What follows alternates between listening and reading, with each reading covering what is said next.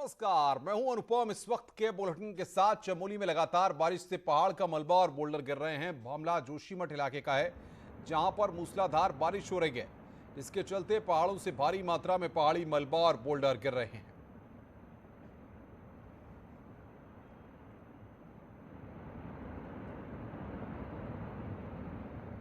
पहाड़ों में लगातार हो रही बारिश से हल्द्वानी में गोला नदी का जलस्तर लगातार बढ़ रहा है, जिससे नदी के किनारे जाने वाले लोगों के नुकसान हो सकता है। इसलिए प्रशासन ने लोगों से अपील की है कि वो गोला से दूर रहें। विशेषकर नदी में जाकर नहाने वाले बच्चों को नदी में न भेजने को कहा गया है। साथ ही सड़कों से होकर बह रहे बरसाती नालों से भी बरसात के समय दूर रहने को कहा गया है।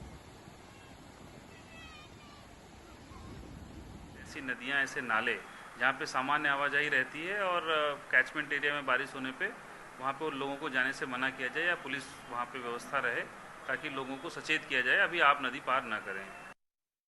मंडल मुख्यालय समेत लैंसडाउन को जोड़ने वाला NH 534 एक बार फिर बंद हो चुका है। मूसलाधार बारिश के चलते सड़क पर पहाड़ से मलबा आ गया, साथ ही बड़े बोल्डर भी आ गए हैं, जिसके चलते हाईवे बंद हो गया। सड़क बंद होने से सैकड़ों यात्री फंसे हुए हैं और दोनों ओर वाहनों की लंबी कतार देखने को मिल रही है। हालांकि कुछ लोग अपनी जान जोखिम में डालकर वाहनों को निकालते भी नजर आए। वहीं प्रशासन मलबा हटाने के काम में जुटा हुआ है।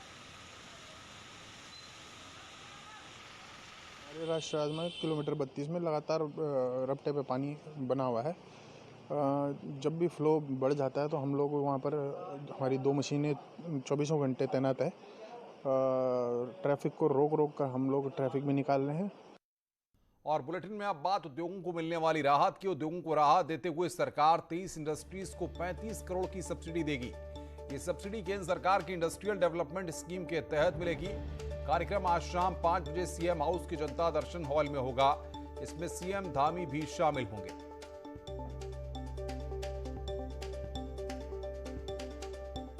प्रदेश में निवेश बढ़ाने के लिए सरकार 28 अगस्त को कारोबारियों के साथ बैठक करेगी, लेकिन कांग्रेस ने इसे सिर्फ बयानबाजी कहकर सरकार पर निशाना साधा है।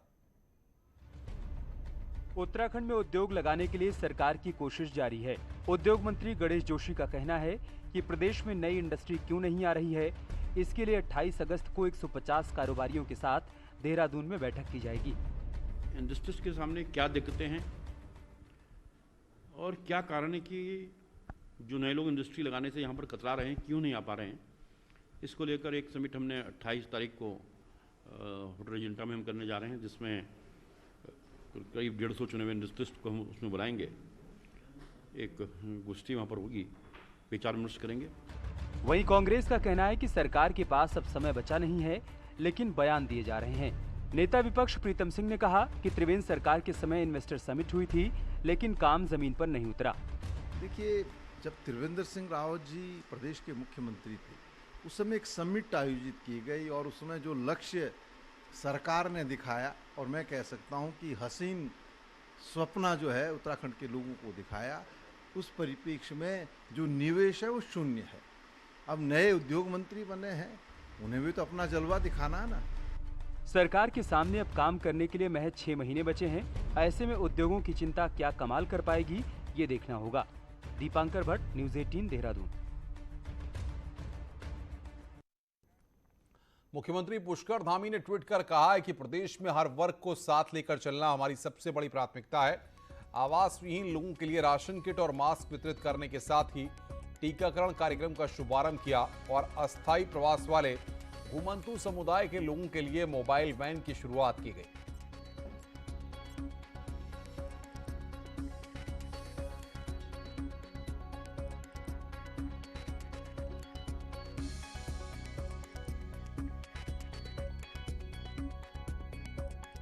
उधम सिंह नगर के काशीपुर से खबर है, जहां पर बीजेपी के पूर्णकालिक विस्तारकों का प्रशिक्षण शिविर चल रहा है। इसमें बीजेपी के प्रदेश प्रभारी दुष्यंत गौतम भी हिस्सा ले रहे हैं। वहीं इस दौरान उन्होंने हरीश रावत के बयान पर पलटवार किया। उनका कहना है कि राजनीति जनता की सेवा का नाम है, इसमें घमंड की कहीं कोई जगह नहीं है। बता दें कि कांग्रेस महासचिव हरीश रावत ने दावा किया था कि बीजेपी के कई असंतुष्ट नेता उनके संपर्क में हैं। चुनावों के दिनों में उनके कार्यकर्ता, उनके वोटर्स, उनके नेतागण ज़्यादा संपर्क में रहते हैं, जिस कारण से उनको, क्योंकि उनके नेतागण मान के चल चुके कि हमारे जो राहुल गांधी जी हैं, जो उत्तराखंड वो अपने वेस्ट बंगाल में 44 से 0 पे आके खुश हो जाते हैं, इसलिए यहाँ के लोग भी उनके नेता राहुल गांधी जी को खुश करने के लिए 0 पे आने के लिए प्रयास कर रहे हैं। भारतीय जनता पार्टी अपने बूथ स्तर पर 2 कार्यकर्ताओं को स्वास्थ्य सेवक के रूप में तैनात करेगी, जिसकी शुरुआत आज से हो गई है। बीजेपी राष्ट्रीय स्वास्थ्य एवं सेवक मिशन के तहत उत्तराखंड से 25,000 कार्यकर्ताओं को ट्रेंड करेगी, जो लोगों की स्वास्थ्य संबंधी मदद कर सकें। इन स्वास्थ्य एवं सेवकों को डॉक्टर ट्रेनिंग दे रहे हैं। हर बूथ पर, हर गांव में कार्यकर्ता प्रयास करेगा कि कोरोना की तीसरी लहर उसके बूथ और गांव में ये न पहुंचे। अगर कोरोना की तीसरी लहर आती है तो भी हम सजग रहकर, जागरूक रहकर कोरोना को हराएंगे, देश जीतेगा। इसी अभियान का नाम है राष्ट्रीय स्वास्थ्य स्वयंसेवक अभियान। हल्द्वानी में कांग्रेस कार्यकर्ताओं ने सिटी मजिस्ट्रेट से मिलकर डमुआ डूंगा इलाके के लोगों को उनकी जमीन का मालिकाना हक देने की मांग की। कांग्रेस नेता सुमित हृदयेश के नेतृत्व में कार्यकर्ताओं ने मुलाकात की। उन्होंने बताया कि इलाके के लोग कई सालों से मालिकाना हक की मांग कर रहे हैं। साथ ही साथ इलाके में रकसिया नाले के करीब रहे लोग नाले से खतरे की जद में है, लेकिन सरकार वन भूमि का हवाला देकर लोगों की सुरक्षा नहीं कर रही है। देखिए, जो हमारा डम्मा डूंगा क्षेत्र है, वहाँ पे नालों की उफान की वजह से काफ़ी परेशानी आ रही लोगों को। अगल बगल जो रहते हैं, दीवारें बह गई सुरक्षा की, कुछ लोग का स्लैब बह गया। तो हम लोगों ने व्यक्तिगत साधनों से संज्ञान देते हुए प्रशासन को जेसीबीयां भिजवाई, लेकिन भारतीय जनता पार्टी के नेताओं ने अपनी सरकार का दबदबा दिखाते हुए प्रशासन को दबाव में लेके वो कार्य रुकवा दिया। आगे बढ़ते हैं। 23 अगस्त से शुरू होने जा रहे विधानसभा के मानसून सत्र की तैयारियों को लेकर विधानसभा अध्यक्ष प्रेमचंद अग्रवाल ने मुख्य सचिव समेत आला अफसरों की मीटिंग ली, जिसमें तय किया गया कि इस बार भी पूरे सत्र के दौरान कोविड प्रोटोकॉल का सख्ती से पालन कराया जाएगा। विधानसभा हाउस की विभिन्न दीर्घाओं में इस बार भी प्रवेश प्रतिबंधित रहेगा। 23 तारीख से जो हमारा विधानसभा सत्र प्रारंभ हो रहा है, और उसको लेके आज सुरक्षा संबंधी और तमाम अधिकारियों के साथ बैठना हुआ, और उसमें पहले की भांति हमने लगभग सारी बिंदुओं पे विस्तार से हमने चर्चा की है। और स्पष्ट तौर पे चूंकि कोरोना प्रोटोकॉल है, हम उसका इस बार फिर पालन कर रहे हैं। उसको मद्देनजर रखते हुए हम किसी भी दीर्घा में और कोई भी इसी प्रकार का प्रवेश पत्र जारी नहीं करेंगे। अपराधों में पुराने मोबाइल्स का इस्तेमाल जबरदस्त तरीके से बढ़ रहा है। विशेष तौर पर साइबर क्राइम के लिए अपराधी इन मोबाइल्स का इस्तेमाल कर रहे हैं। इसलिए हल्द्वानी में पुलिस ने इन मोबाइल्स की बिक्री पर सख्ती से एक फरमान सुनाया है। आखिर क्या है ये फरमान, देखिए रिपोर्ट। तकनीक के साथ कदमताल करने वाले अपराधियों के लिए मोबाइल से अपराध करना और आसान हो गया है। खासतौर से पुराने और चोरी के मोबाइल इस काम में जमकर इस्तेमाल हो रहे हैं। इसलिए नैनीताल पुलिस ने ऐसे मोबाइल्स की बिक्री के लिए सख्त निर्देश जारी किए हैं। इन गलत कामों में ही यूज़ होती है, या फिर कोई लोकल जो गरीब लोग होते हैं वो खरीदते हैं मोबाइल। ज़्यादातर क्रिमिनल्स इसका यूज़ कर रहे हैं, पर अभी यहाँ पे ऐसा केस तो कोई देखा नहीं गया। पर हाँ, दिल्ली और राजस्थान में जो मोबाइल्स देखे गए हैं वो जनरली ऐसे ही थे, जो कि चोरी के थे या फिर कहीं से लाए गए थे। अब अगर आपको पुराना मोबाइल खरीदना या बेचना हो तो आपको आईडी प्रूफ देना पड़ेगा। दुकानदार भी पुलिस के दिए निर्देशों के मुताबिक मोबाइल बेचने का दावा कर रहे हैं। वहीं जानकारों का भी मानना है कि पुराने मोबाइल की बिक्री के स्तर पर सख्ती जरूरी है। उसमें हम अगर किसी कस्टमर से कोई भी स्मार्टफोन परचेज करते हैं, ठीक है, तो सबसे पहले प्राथमिकता ये होती है कि उसका बिल उसके साथ होना चाहिए और उसका आधार कार्ड होना चाहिए, 2 कॉन्टैक्ट नंबर और मोबाइल के EMI नंबर और मॉडल नेम वगैरह सब चीज़ें हम वहाँ पर मेंशन कर रहे हैं। जिस तरीके से सुविधाएं बढ़ी, मोबाइल आया, तो उसके साथ एक धोखाधड़ी और साइबर अपराध भी बढ़े, क्योंकि इसके माध्यम से आज की डेट में आप इंटरनेट एक्सेस कर सकते हैं और IP एड्रेस और ये सारी चीज़ों को ट्रैक करना बड़ा मुश्किल होता है। आज की डेट में जो मोबाइल है वही आपका एक तरीके से कंप्यूटर का काम कर रहा है। इसमें से हैकिंग हो सकती है। बहुत सारे काम ऐसे हैं जो साइबर अपराध की श्रेणी में आते हैं। दरअसल पुलिस ने चोरी या सेकंड हैंड वाले ऐसे कई मोबाइल पकड़े हैं जिनका इस्तेमाल अपराधी अपराध करने के लिए कर रहे हैं। इसलिए पुलिस ने पुराने मोबाइल्स की खरीद और बिक्री के लिए सख्त निर्देश जारी किए हैं, जिससे अपराध पर लगाम लगाई जा सके। हल्द्वानी से न्यूज़ 18 के लिए शैलेंद्र नेगी की रिपोर्ट। उत्तराखंड में संस्कृत शिक्षा विभाग संस्कृत शिक्षा को बढ़ावा देने के लिए क्लास 5 तक के बच्चों के लिए संस्कृत बोली में ऑनलाइन कंपटीशन करवा रहा है। इसमें खास बात यह है कि इंग्लिश मीडियम स्कूल में पढ़ने वाले बच्चे भी हिस्सा ले रहे हैं। प्रदेश भर में अब तक 1500 के करीब बच्चों ने रजिस्ट्रेशन करवाया है और 836 बच्चे कंपटीशन के लिए वीडियो भेज चुके हैं। जीतने वाले कैंडिडेट को प्राइज मनी भी दी जाएगी। उत्तराखंड संस्कृत अकेडमी की अनोखी पहल बच्चों को संस्कृत के प्रति प्रेरित कर रही है। ऐसे ही एक नन्ही बच्ची का श्लोक वायरल हो रहा है।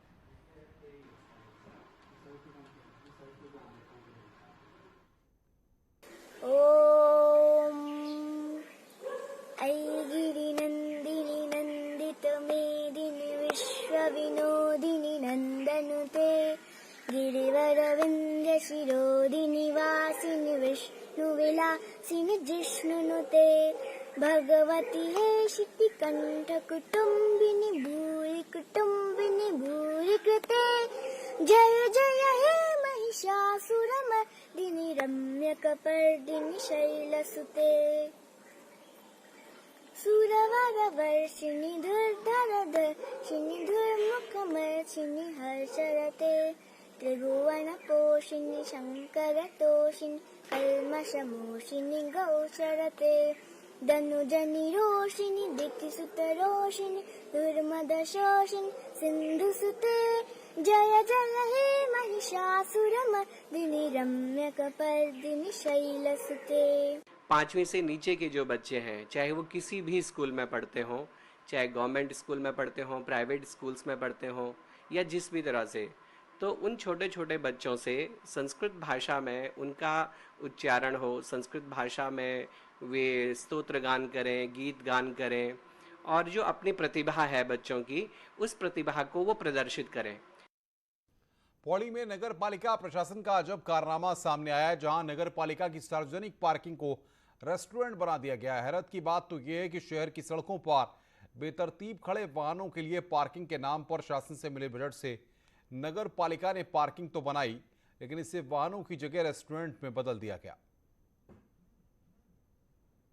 जहाँ तक मैं बोलती हूँ कि पार्किंग थी तो उन लोगों का भी तो फर्ज बनता है जो लोग वहाँ पर गाड़ी खड़ी करने के लिए उस जगह का सदुपयोग कर रहे थे। लेकिन अगर पब्लिक कुछ बोलेगी ही नहीं तो फिर जो भी शहर में होगा पब्लिक को चुपचाप सहना भी पड़ेगा। पार्किंग का था, लेकिन बोर्ड ने उसमें बीच में कोविड के कारण कई युवा बेरोजगार हुए थे, तो नगर पालिका परिषद ने बोर्ड में एक प्रस्ताव पास किया।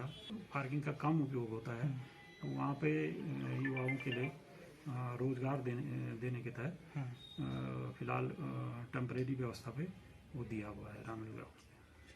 खबरें और भी हैं, फिलहाल एक ब्रेक के लिए, ब्रेक के बाद जल्द हाजिर होते हैं।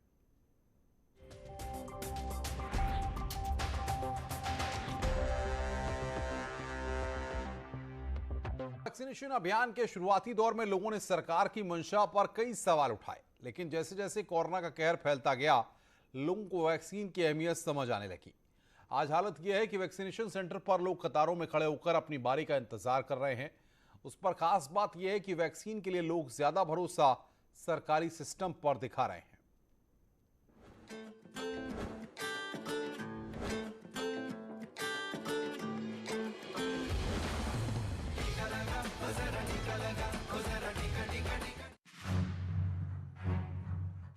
सोलह जनवरी को जब देश के कई राज्यों में वैक्सीनेशन अभियान की शुरुआत हुई, तब लोगों के मन में वैक्सीन को लेकर कई सवाल थे। लोग वैक्सीन से बचने के लिए बहाने बनाते नजर आते थे, लेकिन जब कोरोना की दूसरी लहर ने देश में दस्तक दिया और देखते ही देखते जब देश की एक बड़ी आबादी इसकी चपेट में आने लगी, तब जाकर लोगों को वैक्सीनेशन की अहमियत समझ में आने लगी। आज आलम यह है कि वैक्सीनेशन सेंटर्स की तस्वीरें बिल्कुल बदल चुकी है।